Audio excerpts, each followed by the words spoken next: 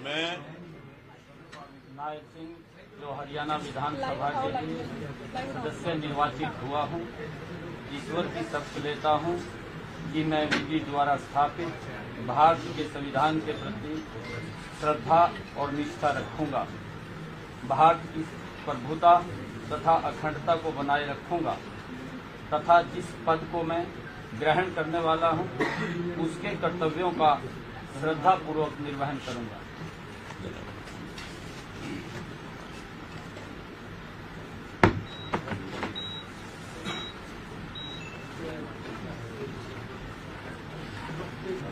बहुत बहुत बधाई आपको। बधाइयों से बहुत बधाइयों से बहुत बधाई। सर लड्डू और गिलास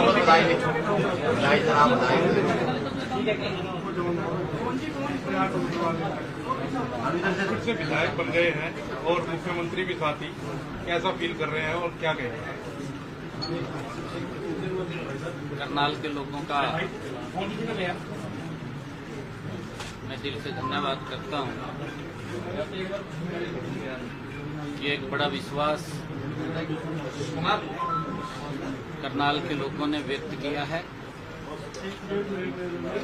और करनाल के लोगों ने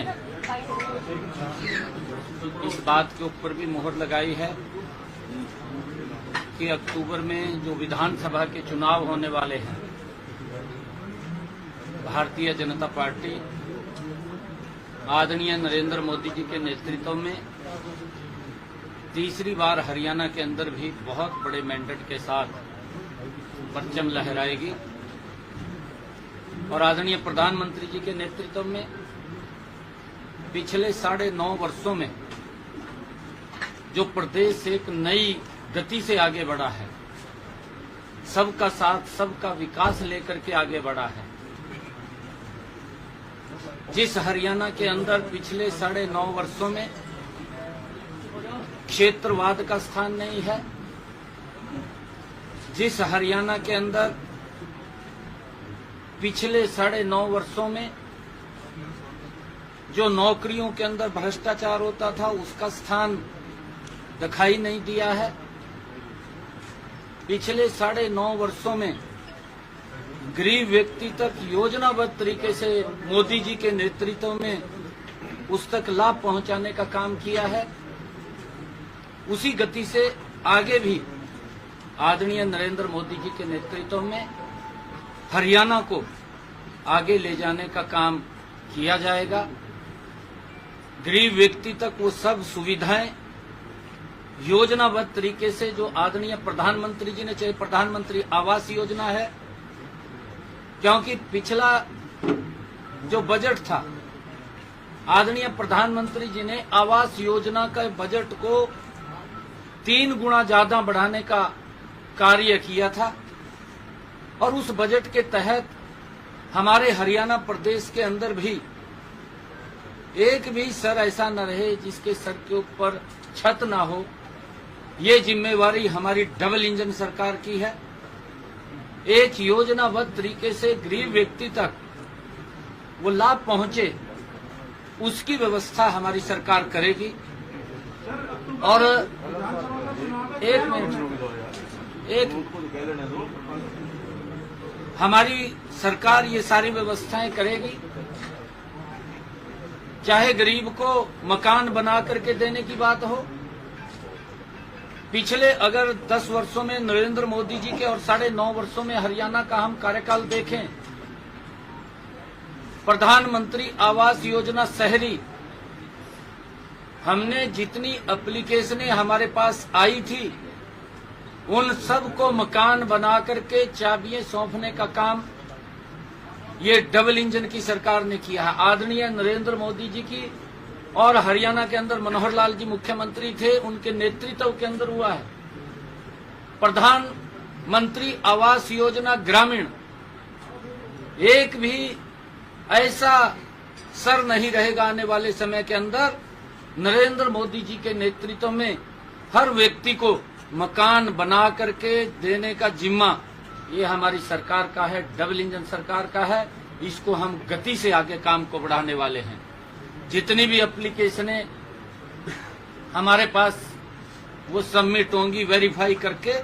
सब लोगों को मकान देने का जिम्मा, गरीब व्यक्ति को घर देने का जिम्मा हमारी सरकार का है और हम उसके ऊपर आदरणीय नरेंद्र मोदी जी के नेतृत्व में उन तक छत देने का काम हमारी सरकार करेगी। सीएम साहब लोकसभा में सीटों की संख्या आधी रह गई है बीजेपी की हरियाणा में, कौन जिम्मेवार है और फैक्टर्स क्या क्या हैं जो आप लोगों ने समीक्षा की है? देखिए, हमने कल विधायक दल के हमारे सभी आदरणीय मंत्रीगण भी थे, विधायक दल के हमारे माननीय सदस्यगण भी थे और उससे पहले भी हमने पार्टी के संगठनात्मक लोगों से चर्चा की है।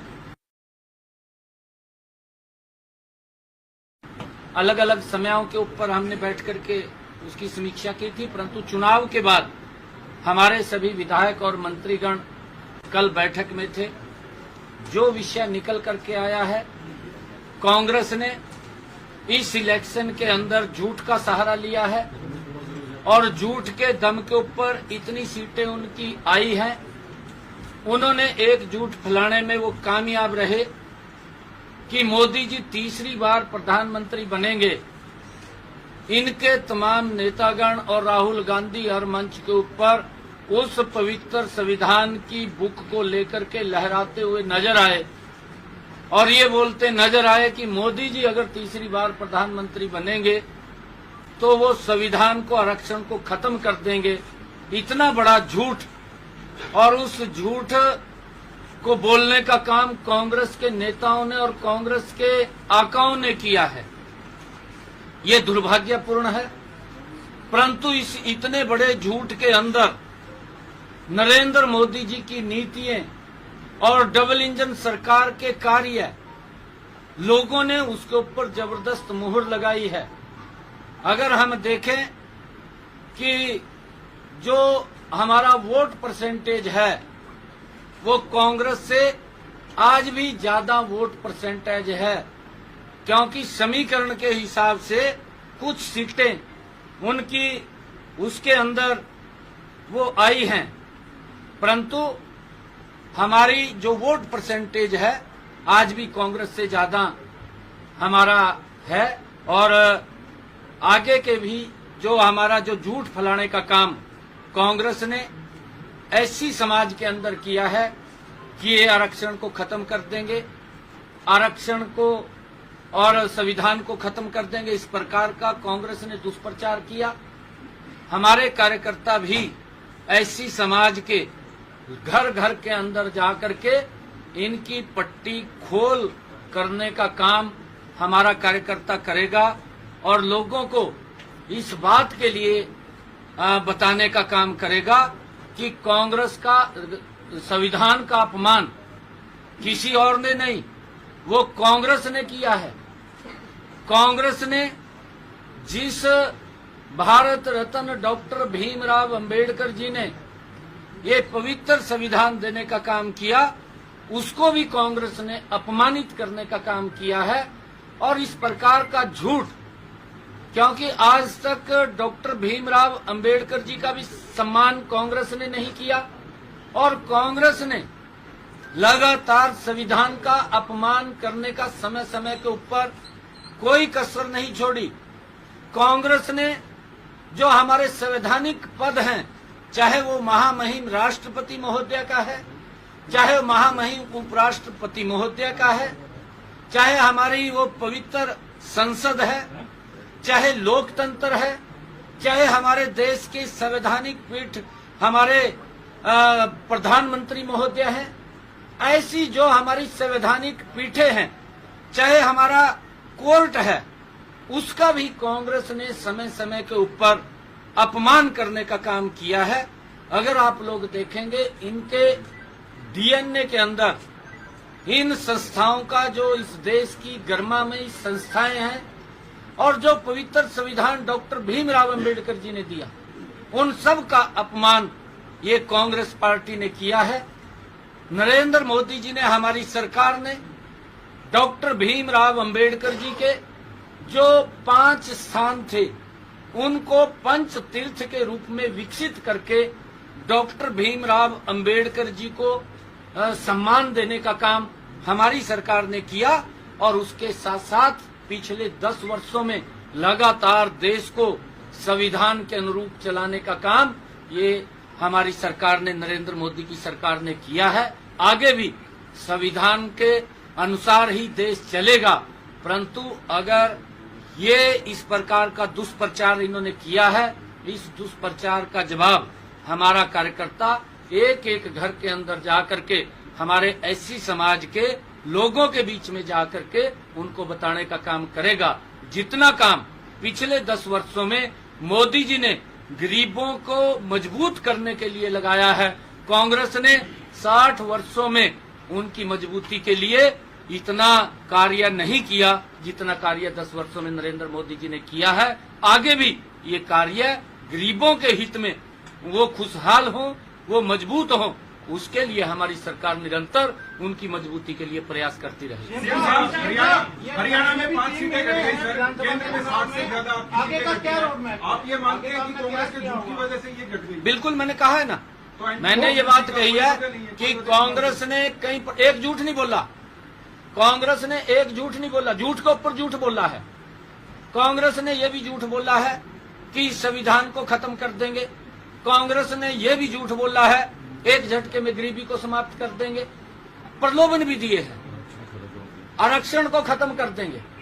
ये इस प्रकार की भाषा कांग्रेस ने झूठ बोली है, परंतु 60 वर्षों के कार्यकाल में मैं ये बात बड़े फख्र के साथ कह रहा हूं, मैं 10 वर्षों के मोदी जी के कार्यकाल के जो गरीबों के हित में मजबूत कदम उठाए गए हैं, मैं किसी भी मंच के ऊपर आकर के मजबूती से मैं बता सकता हूं कि हमने ये काम गरीबों के हित में किए हैं। कांग्रेस ने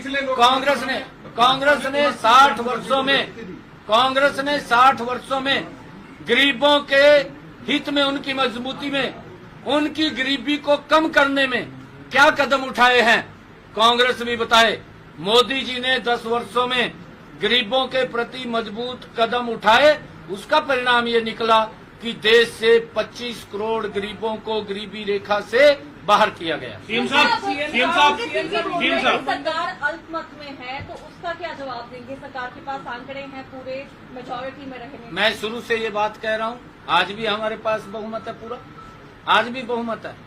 कांग्रेस इस प्रकार का दुष्प्रचार कर रही है। कोई भी सेशन आया है, हर सेशन के अंदर झूठ का सहारा कांग्रेस ने लिया है। अब देश को कांग्रेस के इस चरित्र को भी समझना होगा।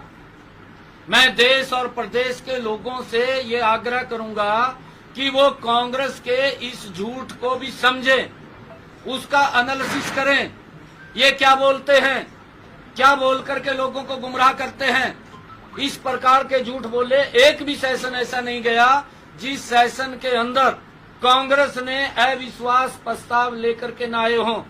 हर सेशन के अंदर अविश्वास प्रस्ताव लेकर के आए और हर सेशन के अंदर कांग्रेस को अपने मुंह की खानी पड़ी। हुड्डा साहब संख्या गिनवाते हैं सर, आप भी संख्या गिनवा दीजिए। वो संख्या हम संख्या गिनवा रहे हैं, हम संख्या वो गिनवाए ना। संख्या जो अविश्वास की बात कर रहा है, 12